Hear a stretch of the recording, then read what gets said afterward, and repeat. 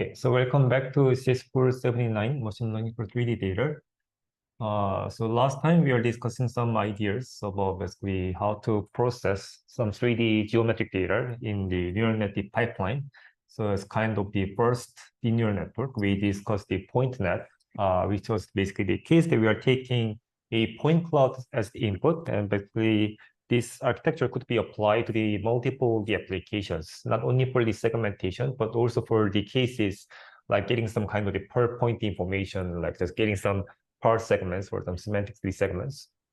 So here the main question was that given a kind of the point cloud, which is basically a set of the points where basically the order information, the index information does not have any kind of the meaning, how are we gonna basically make a neural net, which becomes basically a permutation invariant for some kind of the cases that we are getting some global information, and also how to make the permutation equivariant the neural network that can also basically produce some kind of per point information. However, we basically change the order of the points, basically the output should be not affected, which means that the information that we are getting for each of the points should not be changed depending on the order of the points. So how we can guarantee in the neural net the pipeline was basically the question we are basically discussing. And also the property that also we wanted to achieve was basically the transformation, the invariance as well. So basically how we achieve this kind of the two properties were basically the main topic that we discussed last time. Is there someone who is turning on? So please turn off your mic and just turn on your camera.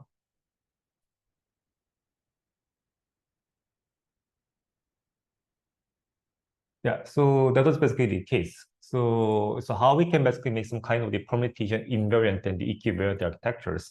And basically for the permutation, the invariance, the main idea was basically incorporating some kind of the symmetric the function that could be basically the max function, or the summation, or the products. So basically, if we make this kind of the architecture, basically having some kind of the shared the layers for all the data point, and then basically taking all the outputs of the function h here with the symmetric function here, and then basically have some another kind of the layer for the processing the outputs. And this kind of the form of the function could be always kind of the symmetric function that is basically guaranteeing the permutation, the invariance. So that was the main idea. And also for the transformation, the invariance, actually it was very challenging to design some kind of the architecture that can guarantee the permutation, the invariance. So the simple idea that we discussed last time was basically leveraging this kind of the architecture, which is called the spatial transmodality network, which is basically having a small plug-in into the neural network that can basically predict some kind of the transformation that can hopefully basically canonicalize all the kind of input the data in terms of basically aligning them into some kind of the canonical frame. And basically here the thing is that there's no guarantee that this kind of the architecture will be able to really basically canonicalize all the data into basically mapping them into some kind of the canonical frame. But that was basically kind of the hope in terms of that. It's basically reducing the diversity of all the input data in a way that the rest of the part of the neural net becomes much easier to be trained. So that was the basic idea.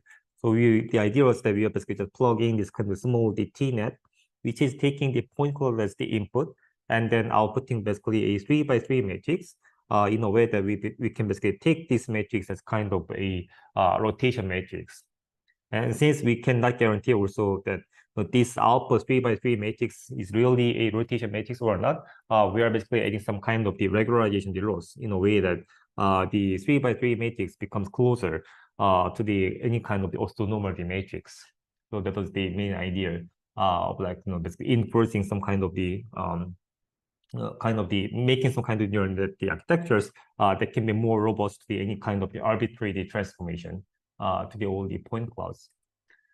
So basically, we discussed this kind of the architecture, which is basically taking a point cloud as the input, and we are having the the specialty transformer, which is basically first aligning all the input the point clouds, and then we are basically processing each of the point with some kind of the shared MLP using some kind of the shared the linear layer.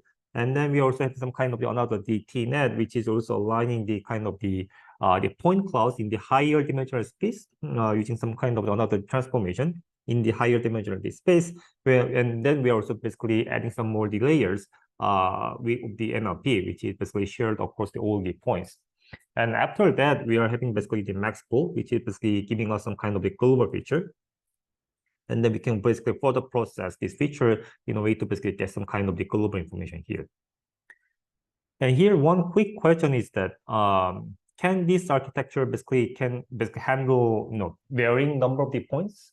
So let's say we are basically having some kind of the multiple the point clouds, and the number of the points n here is basically varying across the point clouds. How can it handle this kind of the case? So think about some kind of the PointNet implementation using the PyTorch. So in the case that you are basically implementing the PointNet using the PyTorch, TensorFlow, JAX, whatever kind of things, somehow the training data set that we are having, the set of the point clouds are basically having all the different numbers of the points. Then how are you basically going to implement the PointNet for such kind of the cases? Any thoughts?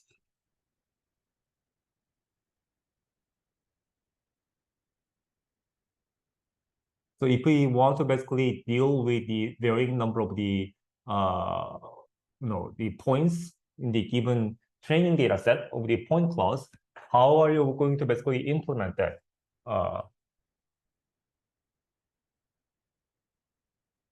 Yeah, let me ask the question again. So also, yeah, if we want to handle the varying number of the points in the PointNet, how should we handle this kind of the case? Like one point cloud has like 1,000 points, and the other point cloud has like 2,000 points, whatever.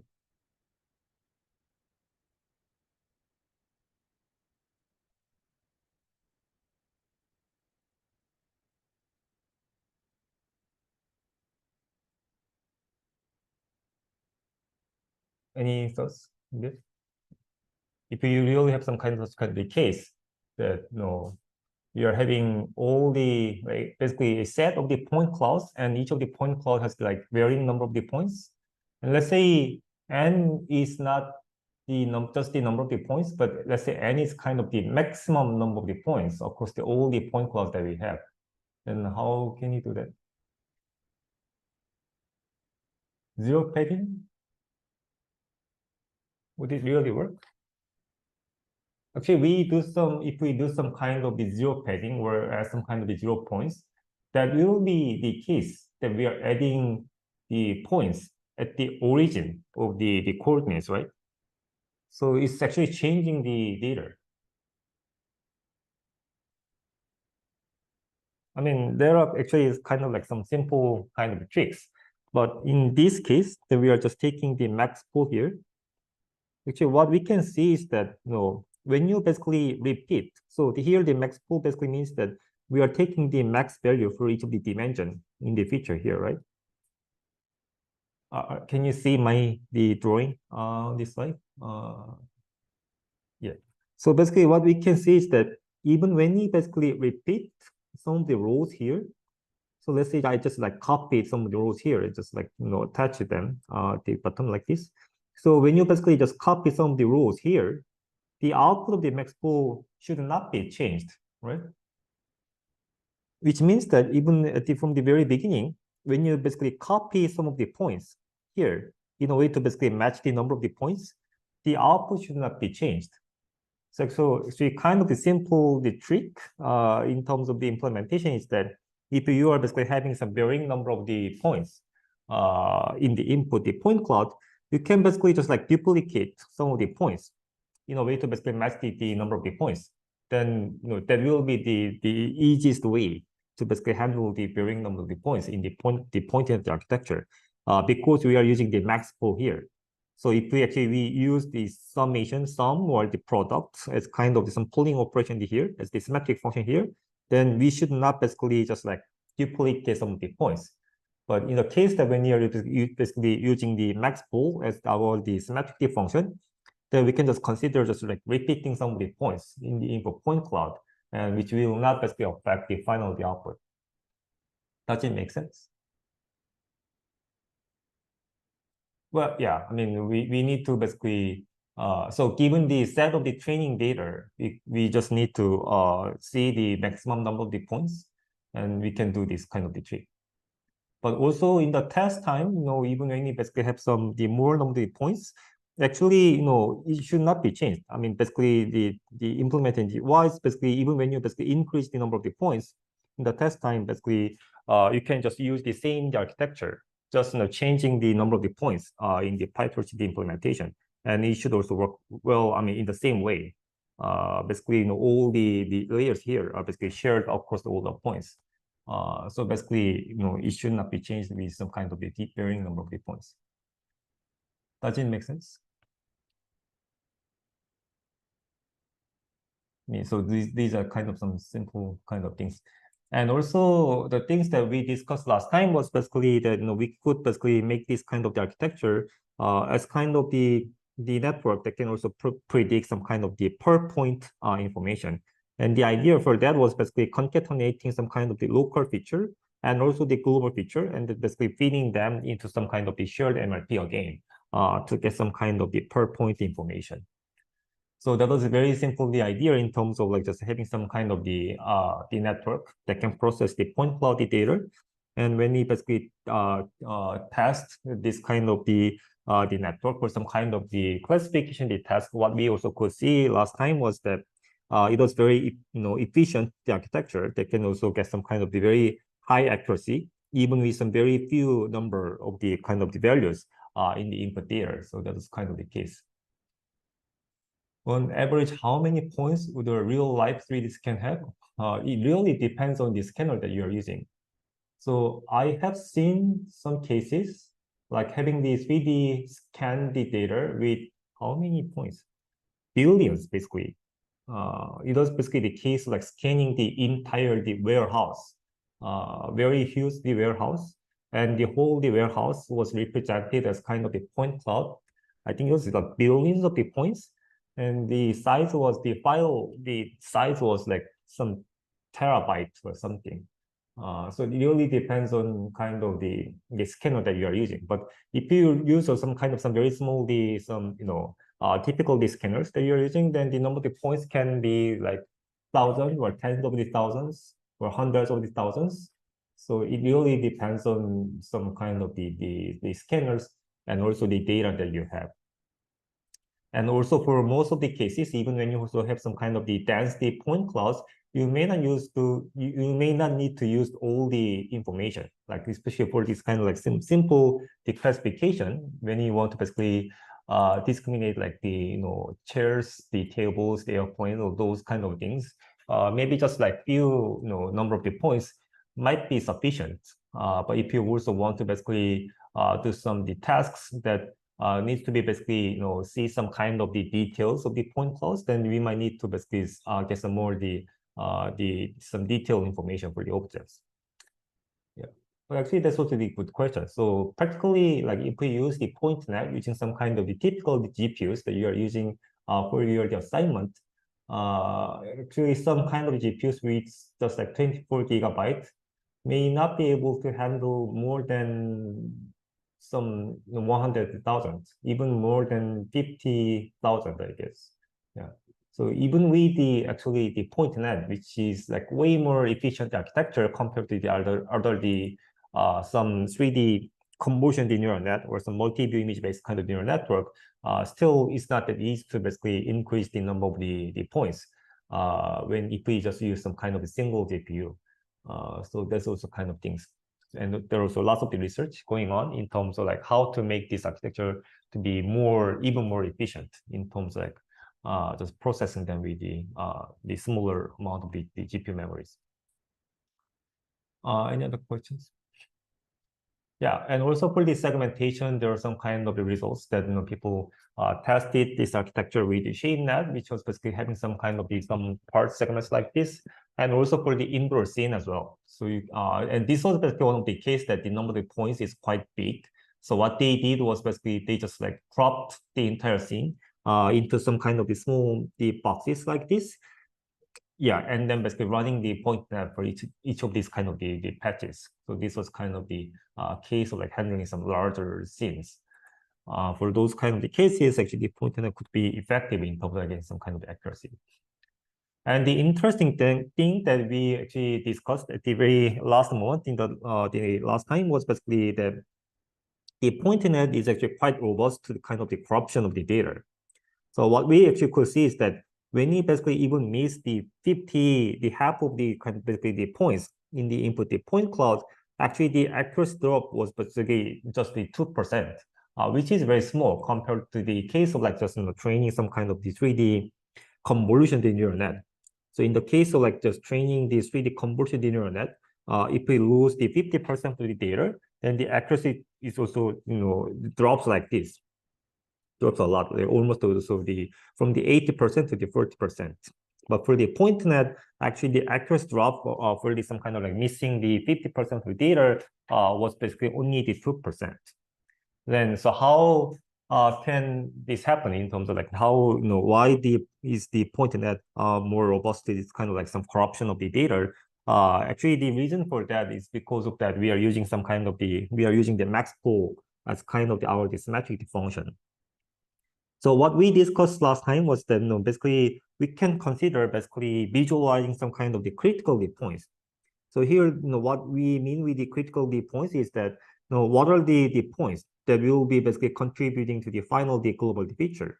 So if we see each of the dimension here, basically there will be some kind of the points that will be basically giving some kind of the maximum value for each of the dimension. So we can call these kind of the subset of the points as the critical lead points. So we are basically taking a minimal subset of the points that are basically giving some kind of the maximum value for each of the dimension.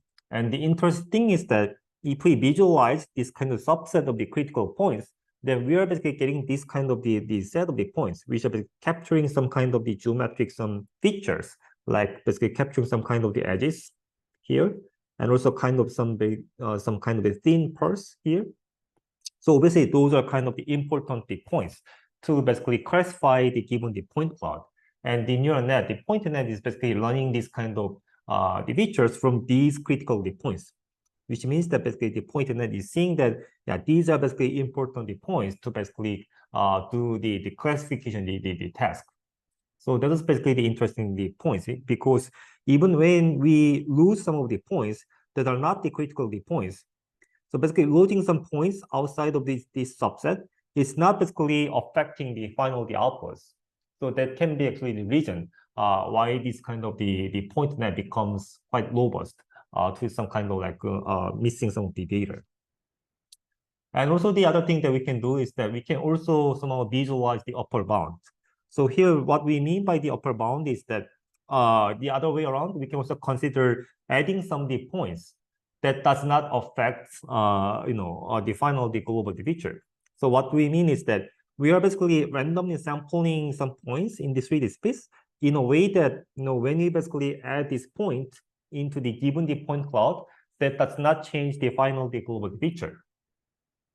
Okay, so we can keep basically adding some kind of the new points that are sampled randomly in this 3D space in a way that even when we add a point into our point cloud, that does not change the output, the global feature. Then that will be basically the case that the feature of this point is not giving any maximal value in any dimension, right? So when you basically process this kind of new point with the shared MLP, all the things, if this point, the feature of this point is not giving the maximal value for any of the dimension, then that will be the case that this point is basically not just contributing to the final global feature, right? So we can consider basically adding this kind of some more the points until basically that does not basically make any kind of the the changes in the final outputs. So then we can see how many points that can be basically added while basically not changing any kind of the change, not making any changes into the global features. And this is kind of the visualization for the upper bound. So you can see that when you also basically add some kind of the points in the middle of these kind of shapes that are basically making also not kind of any kind of changes in the global features, And also the thing is that typically the point net also and many other kind of neural net is kind of the sort of the smooth function, right? That means that when you basically slightly move each of the point here, that will not basically make also kind of the any kind of big changes. Which means that even when you miss some of the critical points, not the non-critical points, even when you miss some kind of the some critical points, if you have some kind of the dense enough the point cloud, then the other points that are close to the critical points actually replace the missing the critical the point. Does it make sense? So if we have like this set of the point clouds, then even when you miss some of the critical points here, then any other the points that are basically close to the critical the points basically will play the role of that point, basically replacing the missing the critical points. And that is also the reason like why the point net becomes kind of the robust. So even when you basically miss some of the critical the points, then the other points that are close to the critical the points will basically play their roles in a way that basically giving some kind of the similar the output the features. So that becomes kind of some of the reasons like why the the point net becomes kind of like quite robust to any kind of missing the information. And that's basically happening because we are basically using the max pool as our symmetric function. So that was the main idea for the point net. And also not only for the number of the values in the input data, but also for the number of the parameters that are used in the architecture.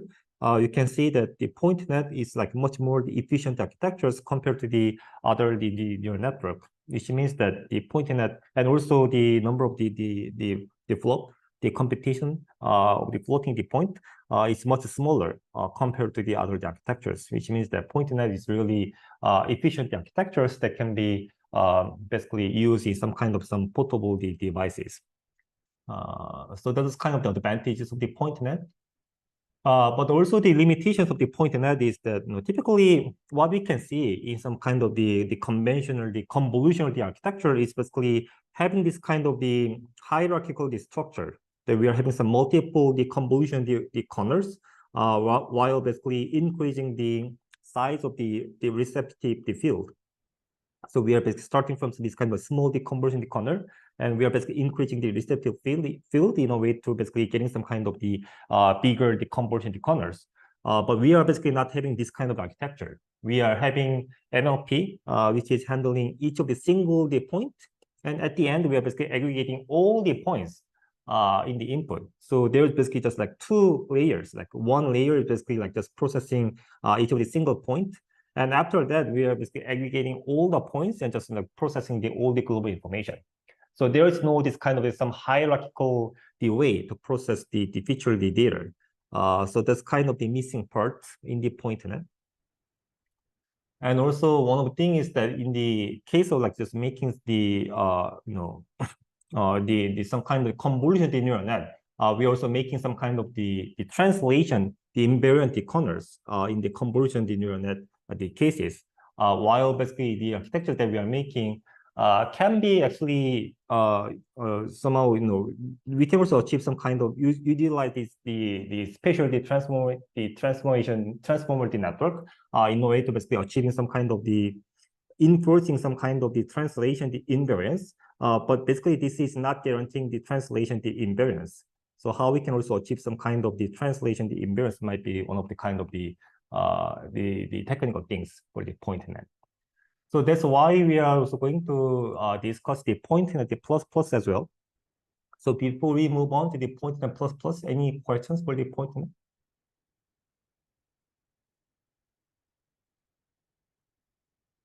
Do every point class are processed to the upper bound set when you put them as an input? Well, I mean, the upper bound is kind of the visualization, like how many in terms of like how many points that we can add, while basically not changing the output, the global features. We don't need to basically add these points.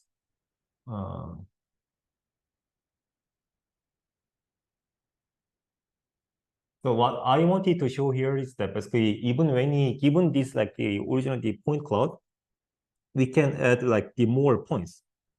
Basically while not basically changing any kind of the output features. So which means that if we have this like upper bound set, however we basically pick some kind of the subset of this point cloud.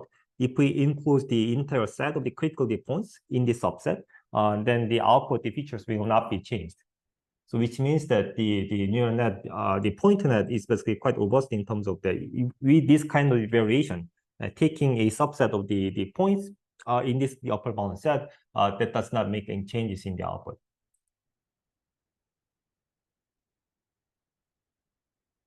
Max size of the critical set is 1024, right? Is there anything very more strict on? Well, I mean, if we have some kind of the 1024 points as the input, then obviously the critical point set will be the subset of this, right? Then it will be basically the maximum number will be obviously 1024.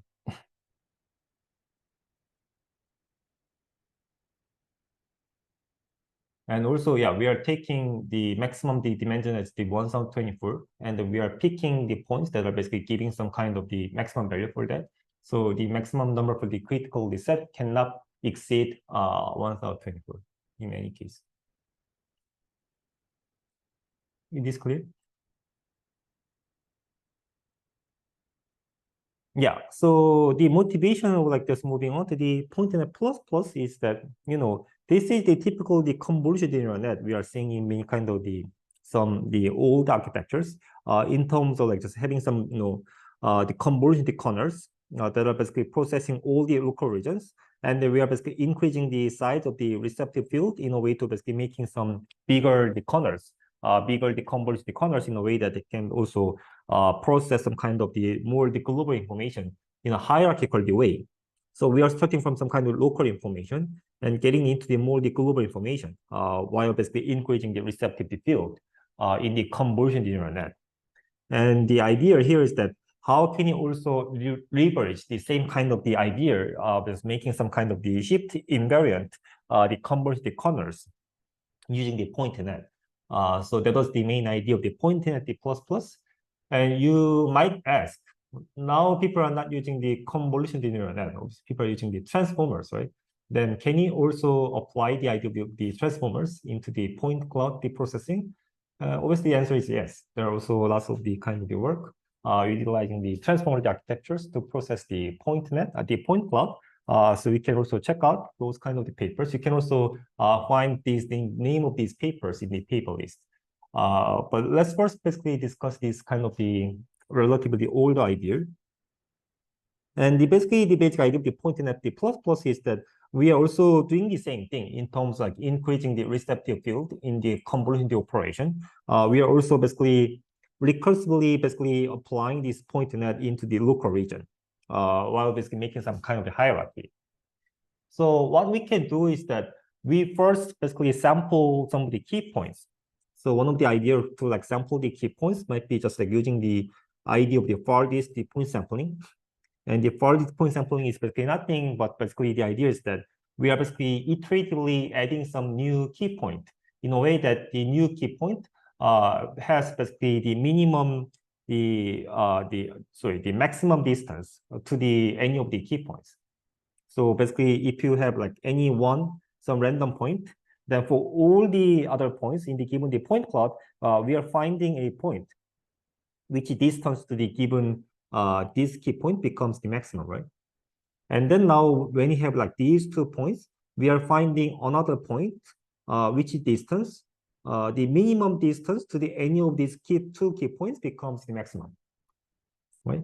So we can repeat this process in a way to basically spread out some of the very sparse subset of the key points over the point cloud like this, right?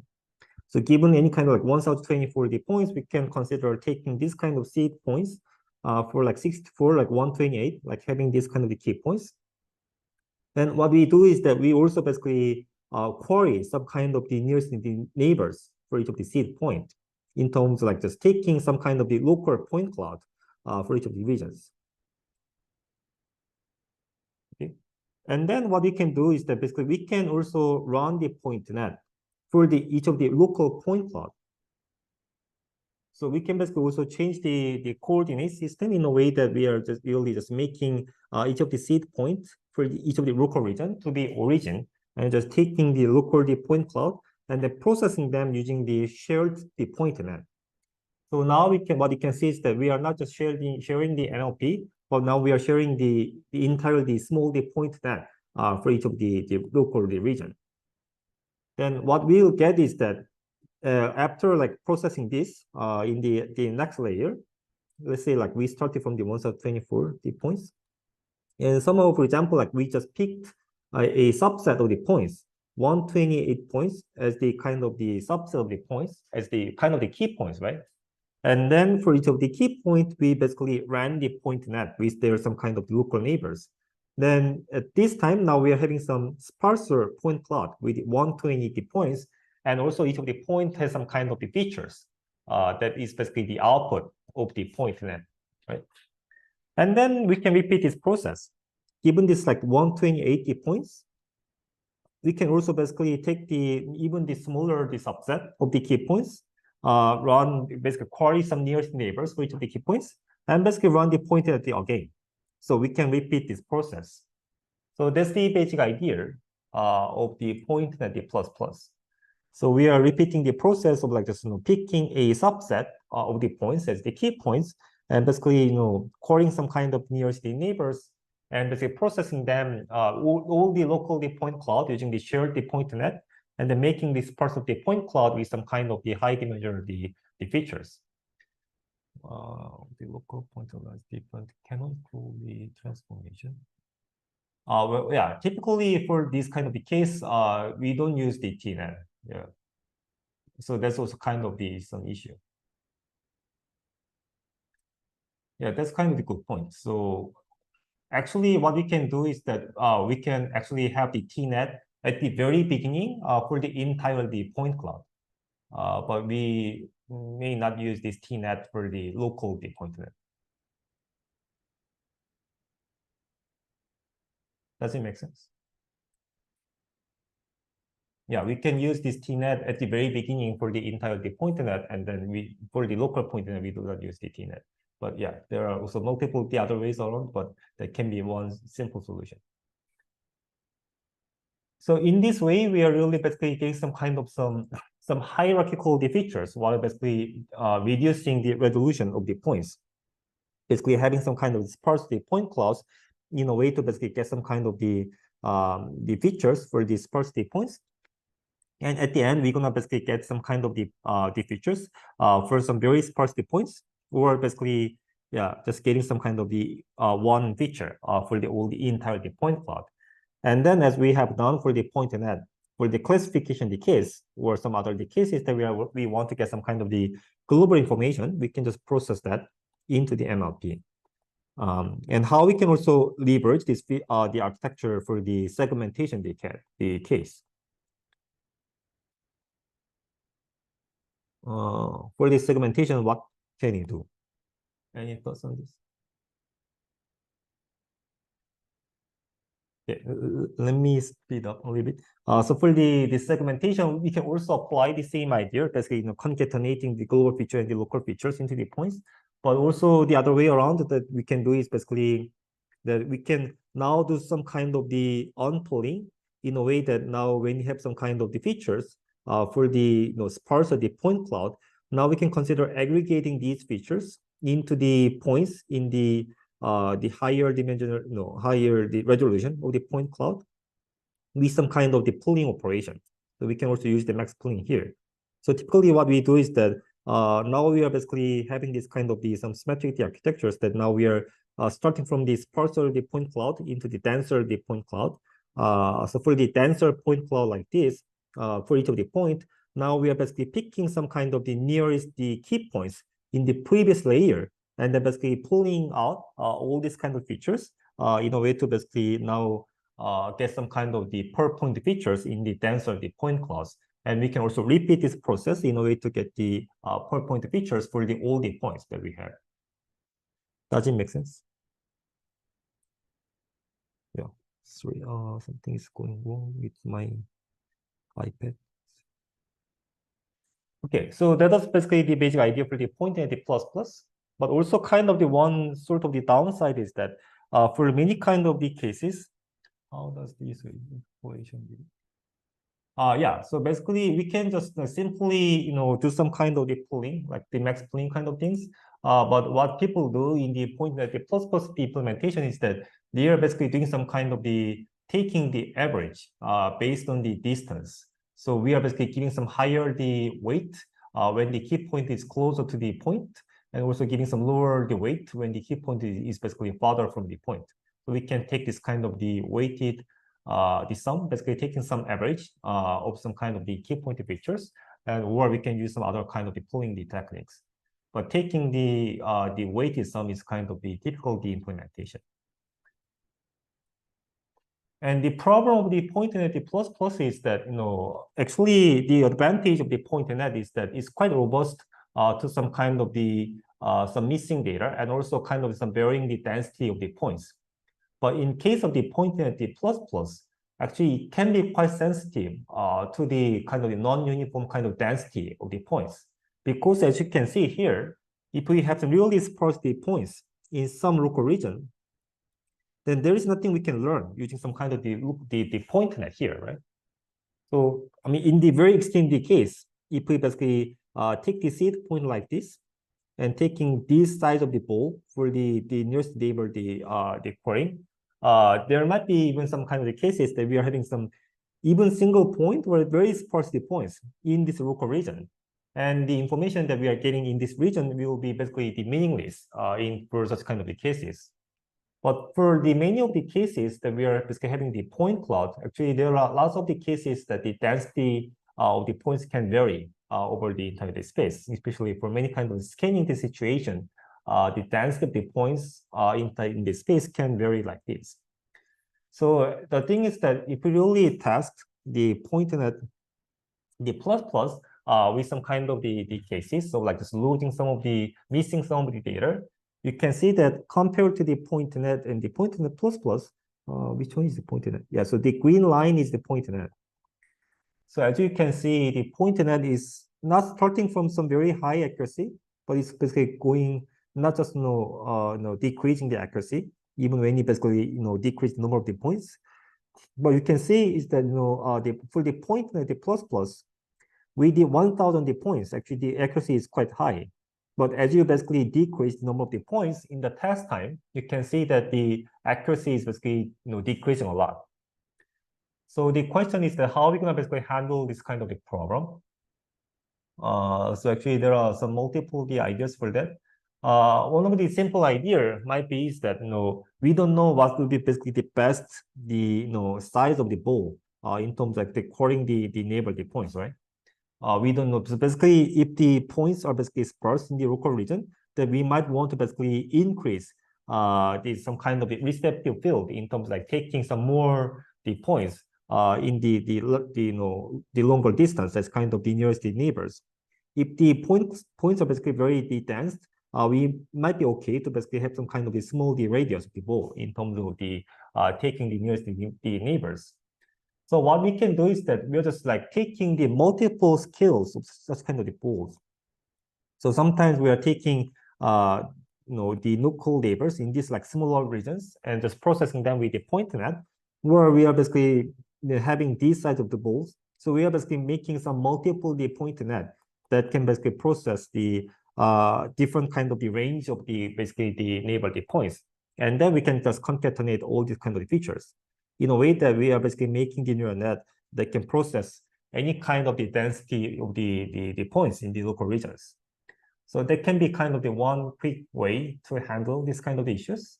Then what will be kind of the downside of this approach? Do you see? I mean, obviously the downside of like this approach is that we now have like not only the single PointNet, but actually we might basically need to have some multiple PointNet to handle all the multi-scales, which means that this will be basically quite slow and basically taking lots of the computation, the load. Okay. Why don't we leave more points? What do you mean by that? Remove more points?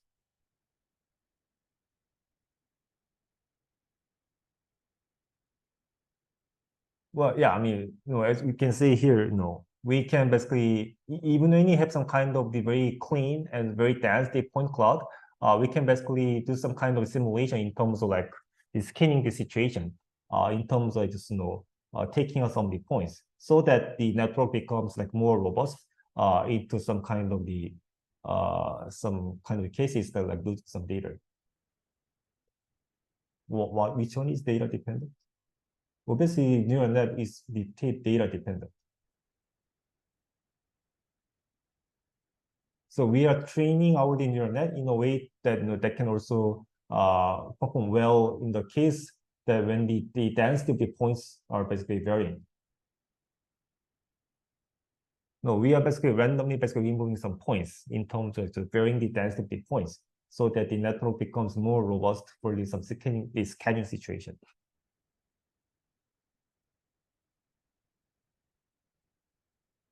So that's the kind of thing. So it's really hard to basically choose some kind of the criteria for the radius or the scale. So that's why we just consider just taking the multiple scales so that each of the different scale basically can handle different the density of the points.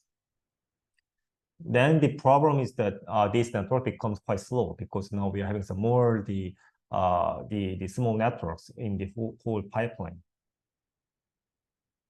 But this is kind of the doable solution. If we just can take some kind of this computation load, then we can just like make some the neural network with multiple skills in a way that we can handle some varying the density of the points. So the other way, like local regions, yes, multi-scale grouping, yes. For each of the local region, when you basically take some kind of nearest the neighbors with some kind of the mole query, we are basically varying this kind of the size of the balls in a way to basically make some kind of the different range of the nearest neighbors.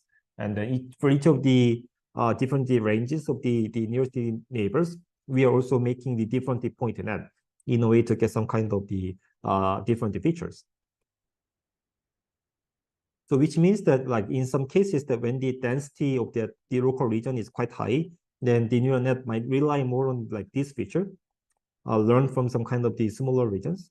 But when the density of the local region is not that high, very sparse,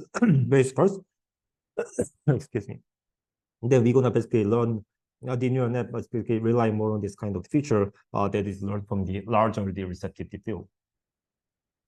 So this is basically the best way to basically handle this kind of the varying the density of the points. The other kind of simpler the solution is that we are basically combining the idea of the pointnet plus plus and the pointnet in a way that we are making one layer, which is taking the sparse the point cloud in the previous layer and also taking their features. So think about the case that we're having some multiple layers, the point and the plus plus. In the previous layer, we had some kind of the sparse of the point cloud with some kind of the higher dimension features. Then we can basically consider aggregating these points in a way to get some kind of the features. So that's the very typical the vanilla the point and the plus plus without the multi-scale, right? But instead of like taking the multi-scale, what we can do is that we are not basically seeing the point cloud, the sparse point cloud in the previous layer, but we are now seeing the original the point cloud as the input and just processing them here. So basically, this is kind of the case that we are repeating the first layer of the point and the plus plus in a way to basically taking the point clouds in the input. So then now we are basically combining the features in the previous layer and the combining the features directly coming from the input. So then basically by just only having the 2-point cloud, actually we can basically combine some kind of the features in some kind of the previous layer and also the features from the some kind of the raw points. So that can be some kind of the alternative way to basically handle some kind of the varying the density of the points. And as you can see in this plot, also the thing is that so MSG, yeah, multi-scale sampling. So let me quickly check. Yeah, the MSG here, the red line, is the case that we're having the multiple scales. And as you can see, even when you basically simply have some multiple scales of the point net, it becomes quite robust in terms of like missing some of the data. But the problem of the multi-scale, the point-and-net plus is that basically it's taking more time for the training. So without like having the multiple skills, when you just like have this kind of like 2 layers combining the point-and-net, the plus and the vanilla the point-and-net, we can also get some kind of the quite good accuracy and also the robustness into some of the missing data, while there are still some kind of a small gap between these two. So it's always good to have the multi-skill, the kind of the layers in the point-and-net, the plus, but since it basically takes kind of like longer, basically more time for the computation in the training, we can consider basically having the multi-resolution layer in terms of like just having the 2 point-and-net for each of the layer of the point-and-net, the plus, while basically achieving the higher the accuracy and also the robustness into the missing data. So this is the basic idea for the point-and-net, the plus. And so let me speed up a bit. So actually, so the thing is that we can consider using this like the point-and-net for many different cases. So as you can see, kind of the interesting is that for the input features and also the distance things. So what we need to basically process the point-and-net, the plus is that we are taking some features from for each of the points for each layer, right? So we basically take some kind of features for each of the layer. And what we can see is that in the intermediate layers, now some kind of the features for each of the point becomes not only the X, Y, Z coordinates, but basically the features that we are learning from the previous layer, right? So we can consider basically taking these features and also starting these features not only from the X, Y, Z coordinates, but some kind of some intrinsic features. For instance, basically when we train the point-and-net with some kind of some organic shapes, some non-rigid shapes, like some animals or the human body shapes or these kind of things, then what we can say is that even when you have some of these kind of the pose changes of some animal bodies, we know that these are basically the same cat, right? So we can basically consider having some kind of the some 3D features, taking some of these 3D features. So we are not going to get into all the details here.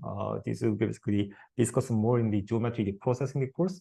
But we can basically consider taking some kind of the classical ways to define some of these kind of local features, the points, in a way that we are basically providing some information for each of the points, which becomes like quite invariant into all these kind of the pose changes of the kind of some animal body shapes or the human body shapes. Then this might be more effective in terms of learning from this kind of the non-rigid shapes. So this is like one thing we can do. And also the other thing is that in the point-and-net, the plus the architecture, basically we are querying some kind of the nearest neighbors, right? So we have this kind of step, like just taking some neighbor points and processing the local points with the point-and-net. Then also the question here might be is that when we basically query some kind of the neighbor points, what sort of the distance metric that we're going to use, right? So we basically discussed the idea like we're just taking some nearest neighbor in the Euclidean space, in the 3D space, but instead of like just taking the points that are basically close in the 3D space, actually if we have some kind of the surface information for the given shape, then we can consider like just querying the points that are close over the surface, not in the 3D space, right? So basically, if we can basically measure the distance over the surface like this, so this is like one example. We know that for those 2 points, this and this, in the 3D space, these 2 points may not be that far, right? So if we just take the kind of ball like this, then we're gonna say that this is also kind of the sort of the neighbor of the other points, right? But when we basically measure the distance over the surface, we know that these 2 points are not close to each other. It's actually quite far, right? Which means that if we take the distance metric, not as the distance in the Euclidean space, but as the distance over the surface, then we will be able to get some better idea in terms of like what are some kind of the real points that are close to our seed point. So basically by changing this kind of the distance metric, we can, especially for the cases that when we basically handle some kind of the organic shapes, we can basically consider improving the point and plus architectures and also getting some kind of the way higher the accuracy. So that's the basic idea, like handling some kind of the non-rigid shapes. So if we also go further, one question, how can you measure the when you only have the point cloud information? Well, yeah, that's a thing. So if we only have the point cloud, it's not that easy to measure the geodesy distance. So one simple way for that is that we are seeing the point cloud as not just the set of the points, but we can consider basically connecting these points based on their proximity.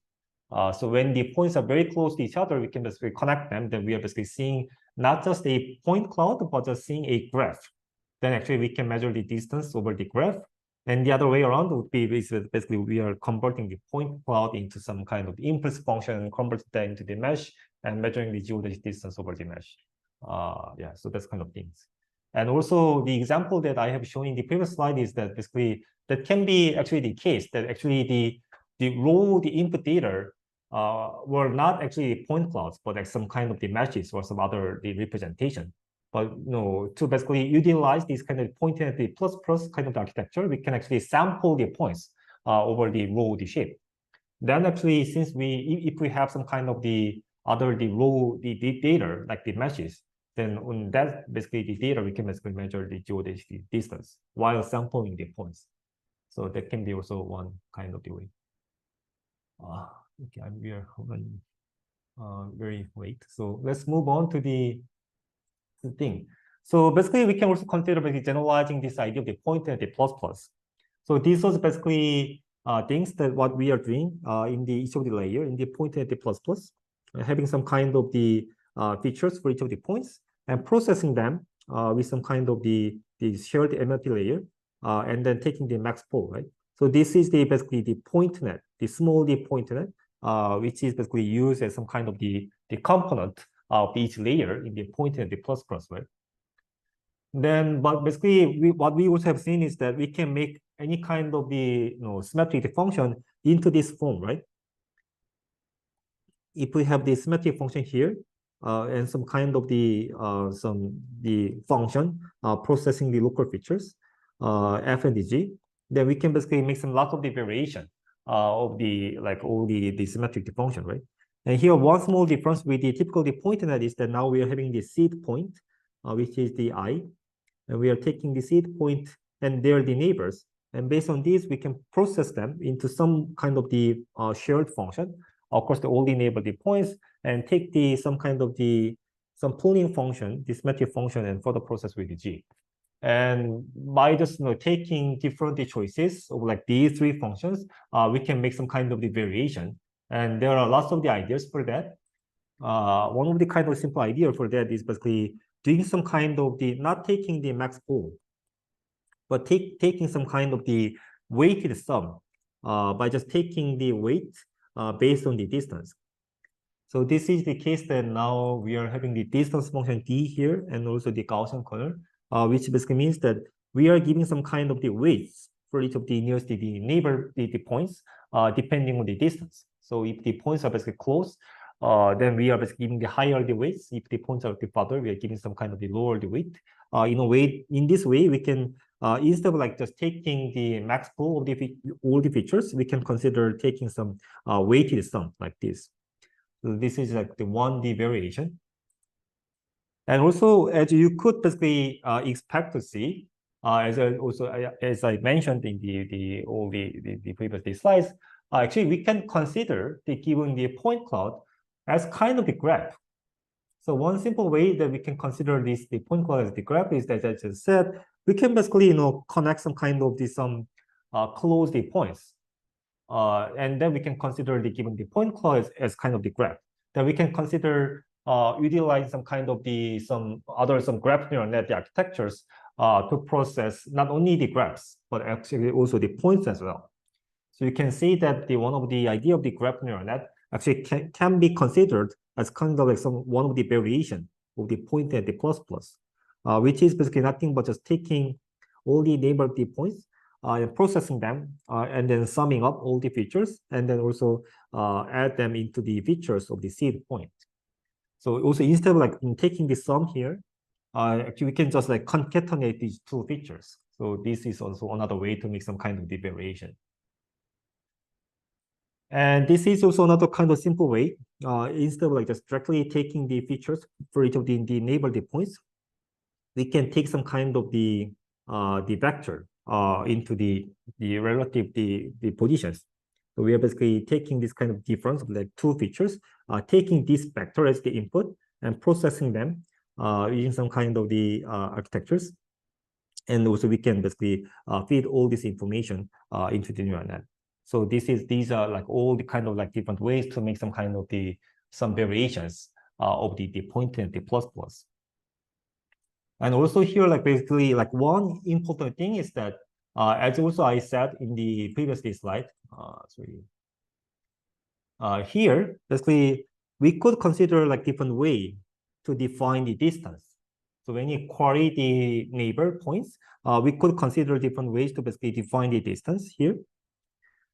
And also what we can do is that we can basically query some kind of the neighbor points, not based on the distance in the Euclidean space, in the 3D space, but actually we can consider these features, the learned features in the previous layer as kind of the space, the feature space, as kind of the space where basically we can define some kind of the new distance of the points. So here the point is that like for each of the new layer, now we are basically taking some kind of the neighbor points not in the 3D space, but the neighbor points in the feature space. So every layer, we are not only just like simply updating the features for each of the points, but we are also updating the way that we are defining some kind of the neighbor points. So if we see the point cloud as kind of some sort of the graph structure based on the proximity of the points, now we are also changing the proximity of the points every layer in terms of like the changing the graph structure as well. Right? Make sense? Yeah. So that's basically the idea of the dynamic graph CNN in terms of that when you take some kind of the nearest neighbor points, we are not taking the neighbor points based on the distance in the 3D space, but based on the distance in the feature space. And these features are basically learned in the neural net. So we are basically utilizing the neural net not only in a way to basically just update the features, but also in a way to basically update the distance across the points. So that can be also kind of the way that we can upgrade the point and the plus plus. And can you see the downside of like this idea? The problem of like this idea is that, which means that we need to do some kind of some nearest the neighbor point query, the search in the high dimensional space. So in the typical the point and the plus plus, we just need to basically find the neighbor points in the 3D space. 3D-dimensional space is quite low dimensional space. But if we start to basically find some neighbor points in the higher dimensional space, then it becomes very inefficient in terms of the computation. The computation becomes super expensive as the dimension of the space becomes a bit larger. So that's kind of the downside of like using the dynamic graph CNN. So this is also called the DGCNN. But it is also known that DGCNN performs quite well in terms of giving some very high accuracy, but the computation time is like much slower. So that's kind of the problem. So NN can learn some bad geodesic distance. Yes, it's possible. The neural net, we don't know what sort of the distance the neural net would learn, but the neural net will try to learn the best the distance metrics that can give us the best the accuracy for the given task. So we don't know what sort of the distance metric the neural net would learn, but basically we can train the neural net in a way that it can basically learn some kind of the metric that give us the best performance in the final output. And actually it works in terms of like improving the accuracy. So as you can see, if we basically use some kind of the DGCNN, the idea, then they can basically give some kind of the best performance at the end. The problem of the DGCNN is that it just takes way longer time in the training because basically we need to basically query the neighbor points in much high dimensional space. So that's kind of the idea of like just upgrading the point net plus plus. A quick wrap up is that the point net was the case that we are basically processing kind of the unordered the set of the points. We could extend this idea into some kind of hierarchical structure into the point net plus plus. And the DGCNN was basically the case that we also varying the proximity across the points in a way that basically we can basically make some kind of some dynamic some graph structures of the points and improve the accuracy. And actually, there are tons of the variance of the point net. This is also very small subset of the variance of the point net. So if you are also interested, you can also check out some of the recent work. Also, there are some kind of the ideas making some applying the transformer the architectures to process the point net, the point cloud. You can also check out all these kind of the other ideas. But this is actually not the main topic that we wanted to discuss. So let's move on to the next topic. Any questions on this?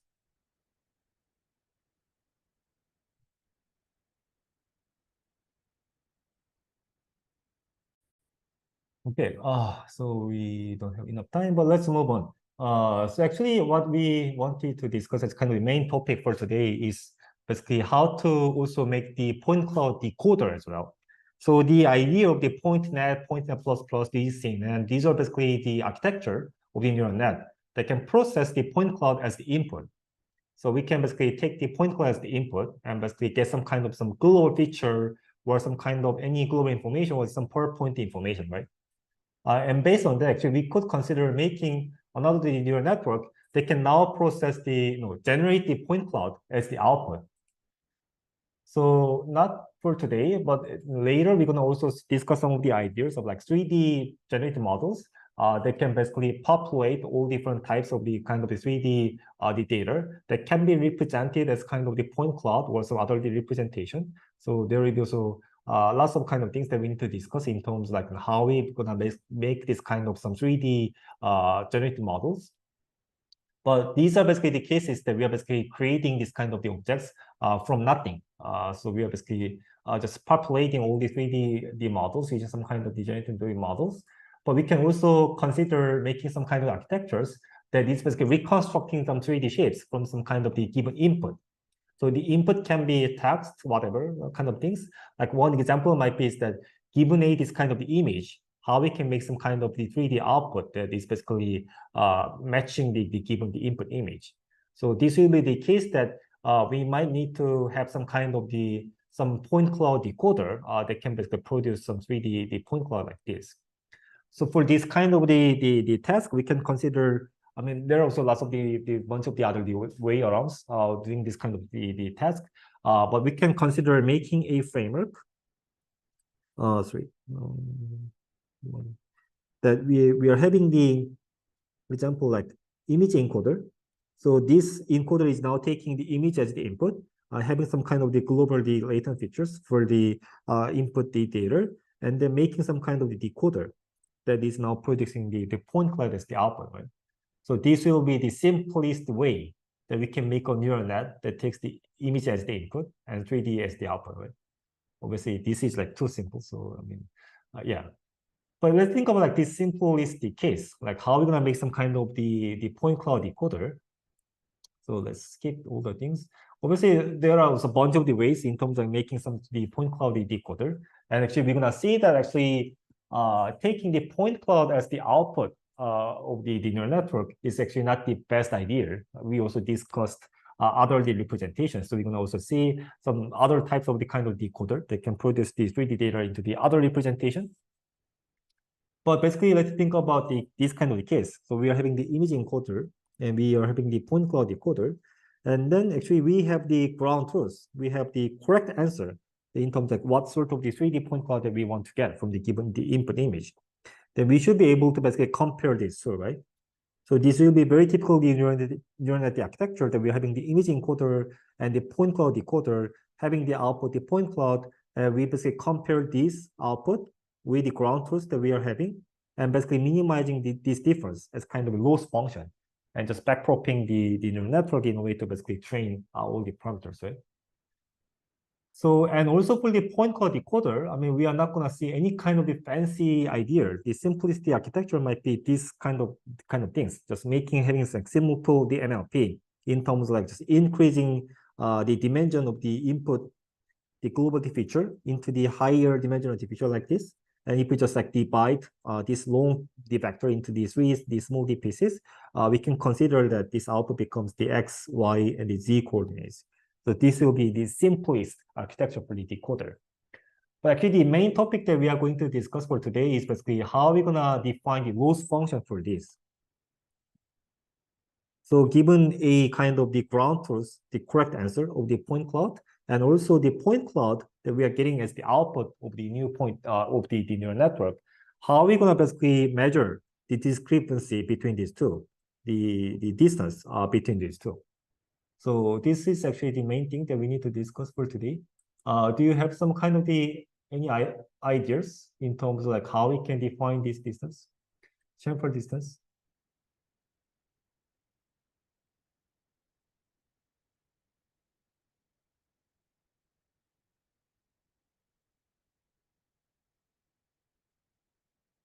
So basically, we're gonna see three different types of the distance. So there are basically very common the ideas of like measuring the distance between the 2-point clouds. So let's think about like this case. We are having a point cloud with the blue points here, and also the points. Sorry, I'm calling this blue points, and then also the green points here, right? So we are having a 2-point cloud here. And actually, there can be multiple ways that we can define the distance between these two. And actually, the thing is that the popular way to define the distance between these 2-point clouds was actually Hausdorff distance. So what we basically measure with the Hausdorff distance is that, so check out this formula and see what this means. So if you see what this equation means here is that given for each of the point in the point cloud the x, we are basically finding the closest point. So for each of the point, we are finding the closest point here and measure the distance to the closest point and take the maximum of them. So if we, from all the points from the below here, if we find the closest points and take the maximum of those distances, then the maximum might be this one, right? And we also do the same thing for the other way around, for the green points as well. So for all the green points, you also find basically closest point to the blue points like this and take the maximum. And you also take the maximum like these two. So what we are seeing is that we are trying our best in terms of like finding the closest points for each of the point, and then we are seeing the worst case. So what would be the worst case in terms of like finding the closest point? So the worst case here might be basically having this point, right? So if we have like this point, the closest one might be this one, which is actually quite far. So basically what we are seeing is that given the two sets of the points, we are seeing basically the worst pair in terms of like what are basically some kind of the outliers in terms of like avoiding the alignment of like these 2 points. So actually this was the very conventional and the typical ways of like just measuring the distance of the 2 points, because actually it makes sense, right? Even when you have like very few points that are basically becoming some kind of the outliers, actually these outliers are basically define this kind of discrepancy between the 2 points, the point sets, right? So that is basically the idea of the Hausdorff distance. And actually, we can use the distance function as the loss function to basically train a point cloud decoder. But then, can you see what would be kind of issue with that if we basically have this like the Hausdorff distance as kind of the metric for the to basically train a kind of the point cloud decoder?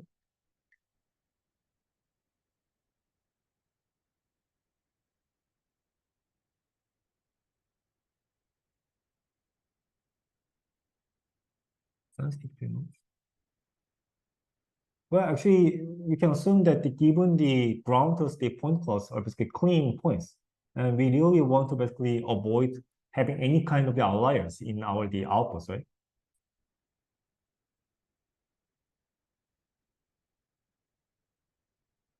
So this can be really the case that we want to basically achieve some kind of the point cloud that are not making any kind of this kind of outliers.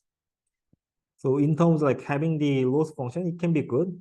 Actually, the problem is that if we think about like really just running the gradient descent with this loss function, what we are going to do is that, we're gonna only basically see this single pair of the points. So what you can see is that, let's say if the blue is kind of the ground truth, and the green is kind of the points that we are predicting, then what we are going to do with this loss function is that we're gonna only update these points. So every single kind of the iteration in the gradient descent, we are only updating a single point, while we're gonna have some way more number of the points, and it's like the 1,000, right? So basically the training will be very slow because we are only updating one single point through the the backpropagation. Does it make sense? So that's actually the only downside. Actually, it's okay to use the Hausdorff distance as kind of your loss function to train your the autoencoder or some kind of the point cloud decoder. The downside is that for every iteration, you are only updating a single point while you are having like lots of the other points. So the training will be super slow. So that's kind of the issue with the like using this kind of more the conventional distance metric. Actually, this was the very conventional metric to measure the distance between the two point clouds. But people are not using this distance as kind of loss function to train the decoder because of this issue. So the other way around is basically having this like the osmosis distance. So here what we do is that we are basically finding some kind of the best one-to-one matching in terms of like minimizing the distance between these two. So when we basically assume that the number of the points in the ground truth and the outputs are basically exactly the same, we can first consider basically finding the best one-to-one the correspondences for all the pairs, for all the points like this. So we are first finding the pairs of all the points, and then we are basically minimizing the distance between this kind of the pairs of the points. So that's the basic idea of the osmosis distance. So let me skip some details here because we are running out of time. Then what would be the kind of the issue when you basically use this like osmosis distance?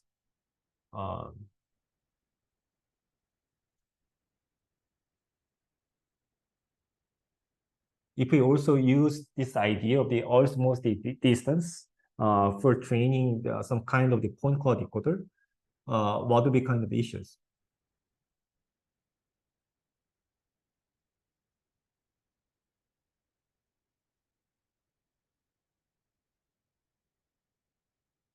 Yeah, actually, finding the best the pairs of the points is doable, but it just takes some time, right? So computationally, there might be kind of the case that we are finding the best the bipartite matching, which the time complexity is n cubic, right? So which means that every time in the iteration of the gradient descent, we need to basically run this bipartite matching, which takes the time complexity of the n cubic, and which means that it will be also very slow. So while we can basically update all the points in this case, it is basically taking time to find all the kind of the best pairs of the points. So that's the issue of the EMD. Why is it so? Because we need to find the best matching between, of course, the points, right? So basically what we do here is that we are finding the best one-to-one matching between the points in the output and the points in the ground truth in a way that the distance between these points are basically minimized, right? So we first basically find this kind of the one-to-one correspondences across the points and then minimizing the distance for the given the pairs. And actually it takes time to find this mapping. Basically, this will be basically the problem that we are solving, basically the bipartite matching problem, and the time complex for that is the n cubic. So basically, you need to iterate this every iteration of the gradient descent. So that will be kind of reason that why it takes a lot of the time. I mean, obviously, there can be some kind of tricks to basically reduce this computation, but yeah. So this is basically some kind of the limitation of the some downside of like using the Earth's mostly distance.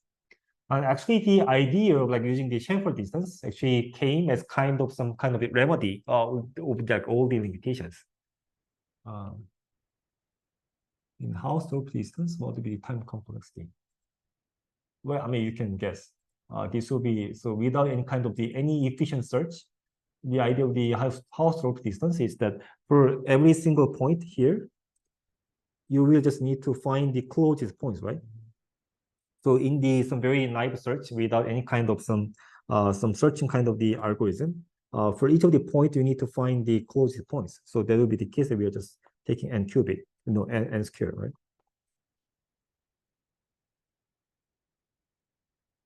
And obviously we are not gonna just use some, just compute the distance to all the points. We can consider using some kind of the more efficient, some kind of the KD trees, kind of data structure in a way to also boost up the search the computation. So if it takes like log n time complexity to find the closest points, then the complexity might be n log n, right?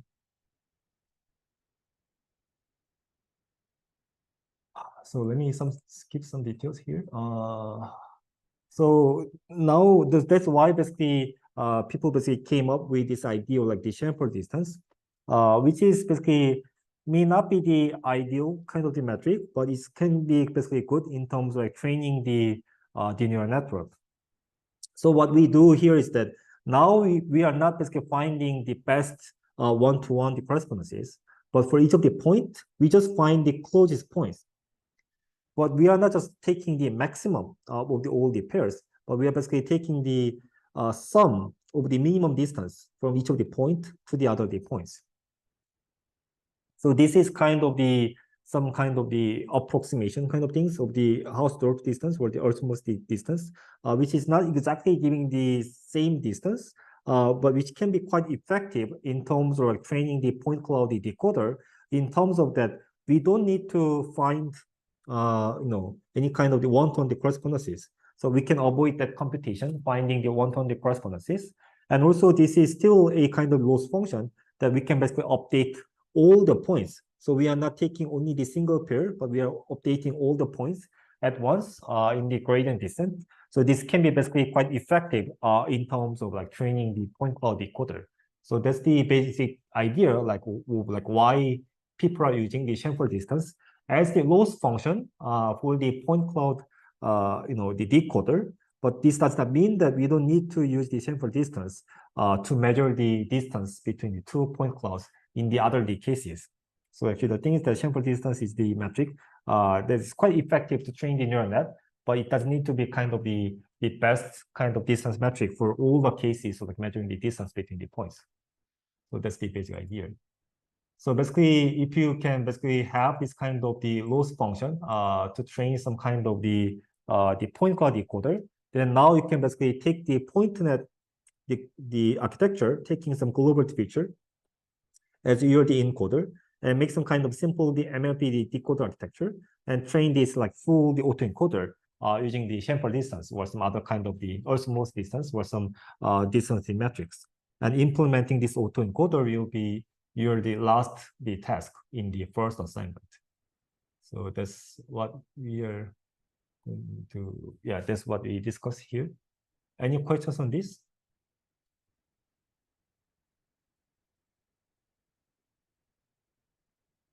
Yeah, so we couldn't have time to discuss some other details for the Earth movers distance and also the other things. So please check out these slides. I also posted all the slides in our course webpage.